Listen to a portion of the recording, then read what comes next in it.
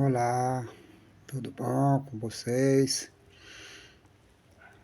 A paz do Senhor Jesus Cristo para todos, né? Que estão nesse horário que eu vou gravar esse vídeo em qualquer lugar do mundo onde se encontre.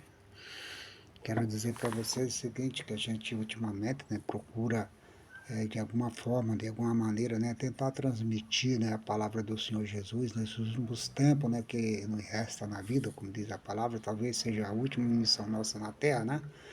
Tentar transmitir um pouco da palavra de Deus, ensinar o que Jesus tem nos ensinado e tem nos ordenado a fazer, que é transmitir a mensagem da sua palavra, do seu santo evangelho, né?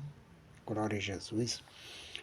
Como são muitos assuntos relacionados à igreja, relacionados às causas de Deus, né, aqui na Terra, então, existe muitas coisas que às vezes ficam ocultas, né, aos olhos das pessoas. As pessoas sobem e descem, vai para a igreja hoje, volta, vai no culto amanhã, torna a voltar para suas casas. E muitas das vezes eles ficam alheios a determinado tipo de coisa, de assuntos, né, com relação à igreja do Senhor Jesus.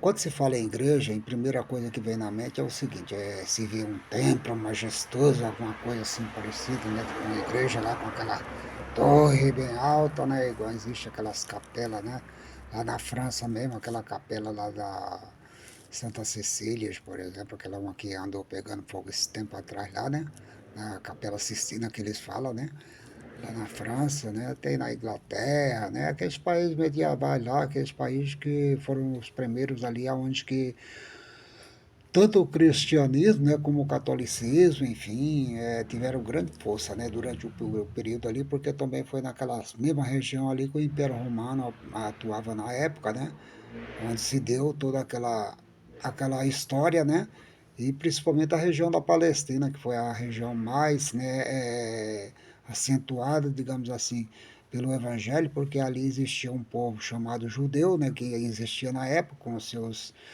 templos e suas sinagogas e suas tradições, né, e as pessoas eram curiosas, né, principalmente os gregos, né, o escritor do Evangelho de São Lucas, né, por exemplo, né, ele escreveu lá em Atos dos Apóstolos que os gregos, por exemplo, lá eles não conseguiam fazer uma outra coisa na vida, né, era simplesmente a especular e querer conhecer coisas novas, né, e eles se colocavam ali diante das praças, diante dos monumentos, enfim, de qualquer uma estrutura que existia ali, ele, quando via falar de uma novidade, todo mundo já corria para querer saber o que estava acontecendo, né? Que era a curiosidade dele. Então, eles foram uma das pessoas que nós vamos falar daqui para frente. Então, o que eu quero dizer é o seguinte: eu vou adentrar com vocês agora um assunto muito interessante, é gostoso até de se ver, que é a história das igrejas, né? Então, quando se fala de história de igreja, né, como eu estava falando, que as pessoas têm em mente, primeiramente, um templo grande aí, uma construção enorme aí, uma construção diferente, às vezes tem capelinha, às vezes tem nesse interior, por onde você vai, existe tantas coisas, tantas que as pessoas chamam de igreja, né? Não sabendo nós, porém, vós que a igreja somos nós. Você é o templo do Espírito Santo de Deus, você é a morada de Deus hoje, tá? Você está lembrado que Jesus falou para Pedro, no momento que ele se apresentou a ele lá na beira da praia lá, e disse aquelas três perguntas para ele se ele amava? Ama-me, Pedro. E ele disse, sim, Senhor, tu sabe que eu te amo. A última resposta do Senhor Jesus foi mesmo? É que na verdade tu és Pedro, diz, ô pedra, né? Sobre ti eu edificarei a minha igreja, e as portas do inferno não prevalecerão contra ela. Tudo que tu ligar na terra será ligado no céu, que tu desligar na terra também será desligado lá no céu. Né?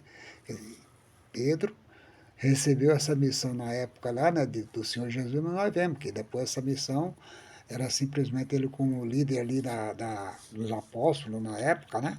Ele teve a missão exatamente que foi cumprir a história dele no dia de Pentecostes, lá, depois que desceu ali o Espírito Santo sobre aqueles 120 que estavam reunidos no cenáculo lá em Jerusalém, né, o templo lá dele lá chamado de cenáculo, em que Pedro se manifestou ali para dar a explicação dele para o mundo, né, e para os judeus que estavam ali presentes naquele dia, que existia dessas pessoas de todas as nações da terra, né, de toda aquela região lá, da Ásia, lá, de todos aqueles países que faziam parte do Império Romano, que estava ali reunido, né, exatamente em Jerusalém, para assistir a festa de Pentecoste, né. Eles todo ano comemoravam, né, afinco nessa festa. Era uma das festas principais deles, né? E a Páscoa, né? Festa das cabanas, né? E Pentecoste, né? Enfim, né? Mas aí o que acontece é o seguinte, meus queridos amados. Você é o templo do Espírito Santo de Deus. Se você, agora mesmo, aonde que você estiver, quando você receber a mensagem dessa palavra que eu vou falar para você aqui agora, não importa onde que você esteja, qualquer lugar, é só você abrir seu coração e confessar Jesus na mesma hora. Ele entrará dentro de você e fará de você morada. E esta morada te levará para a vida eterna. Porque o objetivo principal de Jesus é salvar as almas. Ele, para isso que ele veio, morreu e deu sua vida por nós. Senão a humanidade inteira estava perdida. Não teria salvação jamais. Sem Cristo não haveria. Todo mundo ia à perdição, né? Foi necessário ele vir, fazer a obra, né, redentora ali na cruz do Calvário, né, que todo mundo conhece, né, tem vários vídeos, várias pregações, várias pessoas pregando bonito essa passagem, né, da cruz. A mensagem da cruz é uma das mensagens mais lindas que existe, tem a mensagem da cruz, né, mas é tipo assim, o corpo é o templo do Espírito Santo de Deus, tá? Então nós vamos aprender muito por esses dias aí. Eu prometo que eu vou tentar trazer alguns tópicos, algumas coisas com relação a isso, né? A história da igreja é muito longa, muito prolongado o trecho aí, mas a gente vai resumir o máximo que a gente pode, porque se tivesse aí com um tempo suficiente, né, para a gente todo dia, né, fazer uma hora de aula, por exemplo, né, aí a gente aprenderia bem mais, mas é como é resumido, né? Eu tenho que fazer esses videozinhos tudo curto, né? Então procuro fazer o máximo que eu posso aqui em menos tempo possível, né? Para tentar resumir, né? Então, digamos assim que a história da igreja, lá nos primórdios da igreja, né? Nós podemos dizer que como os precursores da igreja na época, né? Nós temos os romanos e os gregos, temos os judeus, as condições religiosas e intelectuais, né? O fundador da igreja, a expansão da igreja, a vida da igreja, né? A igreja perseguida. Então seria aqui a primeira, dos primórdios da igreja, seria esses tópicos. Depois vem a igreja perseguida, né? A exceção da igreja, primeiro as perseguições, período de maiores perseguições, né? Os pais das igrejas, né? Que foram aqueles senhores lá que lutaram e batalharam para que esse nome e dessa mensagem chegasse até nós, né? As acusações contra os cristãos na época se deu muito lá em Roma, lá na Europa inteira, de modo em geral, aí, nos países bálticos lá, né? O perigo das heresias, né? Tem muitas igrejas por aí que são heréticas, né? Os agnósticos, os gnosticianos, as outras correntes heréticas, né? O arianismo, né? Reações por Nicéia, né? De Constantino ao fim da Idade Média, né? A reforma, a extensão da reforma, tudo isso são assuntos relativos à igreja que nós vamos, de repente, estar dando uma passada, né? A contra-reforma, né? Os jesuítas, elementos do combate à reforma, a Guerra dos 30 Anos, as missões católicas, né? A igreja na Europa, a igreja e a Igreja Católica Romana, né? A França e a Igreja Católica Romana, o protestantismo na Alemanha, o protestantismo na Inglaterra, né? Os reavivamentos de Wesley, né? No século XVIII, o resultado da reavivamento de João Wesley, né? O processo na Escócia e na Irlândia, a igreja no Oriente, né? A igreja na América do Norte, né? Igreja Católica Romana, igreja episcopal e congregacional, né? Enfim, a igreja no Brasil, né? Todos esses temas aqui, aí nós vamos estudar eles separadamente, né? São muitas coisas aqui para a gente estudar, né? Com relação a isso. Então a introdução diz assim: as coisas que tornam o estudo da igreja, né, cristão, são tão fascinantes o fato de demonstrar que Deus eterno está agindo no mundo, sustentando-a, sobretudo empenhado em salvar o ser humano. A operação divina nesse sentido é notada, né? Principalmente quando lendo a história. Vemos como ele usou, né, ações, povos, né, pessoas e meios os mais diferentes e diversos possível, né, instrumento para a manifestação do seu Filho Jesus Cristo, né? A Bíblia Sagrada, por exemplo, que é um dos três principais, né, que o apóstolo Paulo nos diz que Jesus veio na plenitude do tempo, lá em Gálatas, versículo 4, né, capítulo 4, versículo 4. Isto é, no tempo que Jesus veio, na plenitude do tempo, em que o Pai, na sua onisciência, predeterminar que todas as coisas tinha sido disposta de tal modo que a vida do filho obtivesse o mais absoluto êxito, né? Louvado seja Deus. Então, para termos uma melhor compreensão de tudo isso, nós podemos dizer que o mundo cristão, né, em consequência do advento do cristianismo, precisamos considerar principalmente a insustentabilidade, né, insubstituível e inestimável contribuição para isso foi dada pelos três grandes povos, né? Então, esses povos estão aqui, eles, os romanos, os gregos e os judeus, né? Cada um no seu tempo, né? Pela providência de Deus, que termina todos os fatos da história, criou as condições da sociedade em que o cristianismo apareceu e se expandiu e cresceu durante os seus primeiros anos de conquista, né? Então, destacando esses três povos e as suas influências, né, sabemos de modo então que os três povos foram os detentores, né, e o instrumento usado por Deus, né, para estabelecer, né, as suas leis, né, e enfim provocar uma série de situações que só contribuiria para a vida de Jesus e o estabelecimento então da expansão e fortalecimento da igreja na terra. Louvado seja Deus, né?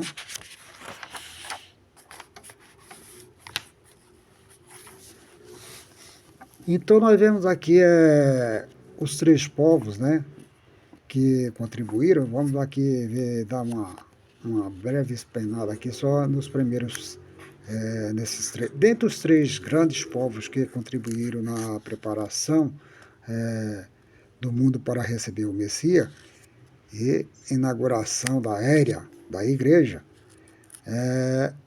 destacaremos os três principais deles aqui, que é os romanos, né, e depois os gregos, né, os romanos. Quando o cristianismo surgiu, os romanos eram senhores do mundo.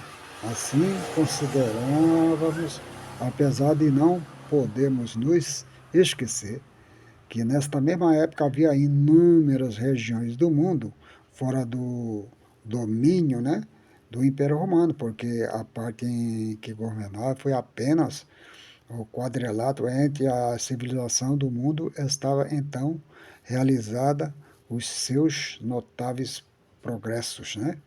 Então eles procuraram agir na época só mais aonde já existia alguma espécie de povoamento e de civilização já entre aqueles povos da época, né? Para eles poder agir com inteligência ali no meio deles, né? E não ficar simplesmente guerreando e se matando e fazendo todas aquelas guerras igual faziam os gregos, os troianos, né? Enfim, todos os outros povos lá da época lá, de Israel, por exemplo, né? Os assírios lá, os sírios, né? Os é, cananeus de modo em geral lá, né? Todas essas pessoas que ficaram fazendo guerra e se matando, e os romanos, eles já tendo passado por todo esse tipo de experiência, então eles precisavam agora usar de inteligência, né? Para que eles conseguissem ter um domínio, né? Mais universal, de maneira que o fator era, além disso, o mundo romano incluía todas as terras, né? Que mais cedo ou mais tarde seria alcançada pelo cristianismo durante os 3 primeiros séculos da era cristã. Então, aproximadamente durante 300 anos, né?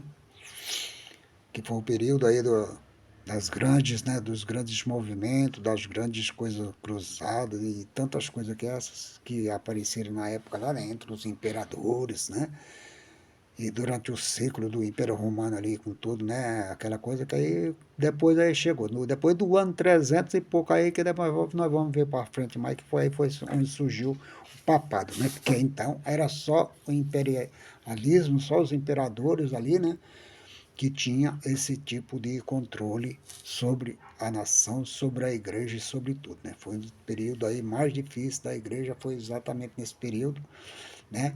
Aí quando surgiu, aí depois do ano 300 para frente, aí o ano 400 e pouco aí que vai surgir os movimentos, né, de reforma protestante, né? Depois aí nós vamos ver tudo isso aí para frente aí, né? Louvado seja Deus. Mas aqui nós estamos falando desses dois povos, né, desses 3 povos que foram os influenciadores, né? Então a extensão do Império Romano pelos idos, né, pelo aproximadamente do ano 50 depois de Cristo, né, abrangia a Europa e o sul do rio Reno e Danúbio, né? A maior parte da Inglaterra, o Egito e toda a costa norte da África, como também grande parte da Ásia, desde o Mediterrâneo até a Mesopotâmia. Vale ressaltar que não era somente pela força que os romanos dominavam todas essas regiões, eles as governavam com moderação, né? E grande inteligência, pois onde quer que fizesse chegar o seu domínio, levava a uma civilização bem mais elevada do que a existente, né? Antes da sua chegada. O poder desse império foi mais efetivo na sua administração, mais eficiente nas proximidade do mar Mediterrâneo, né? Onde ficava a Palestina, ou Judéia, lugar que viria a ser o berço para o cristianismo, né? A unificação dos povos. Esse império, que inclui grande parte do gênero humano, foi uma lição objetiva que provava ser a humanidade uma só, não importando os mares, rios, montanha, dividindo em continente e nações. O Império Romano serviu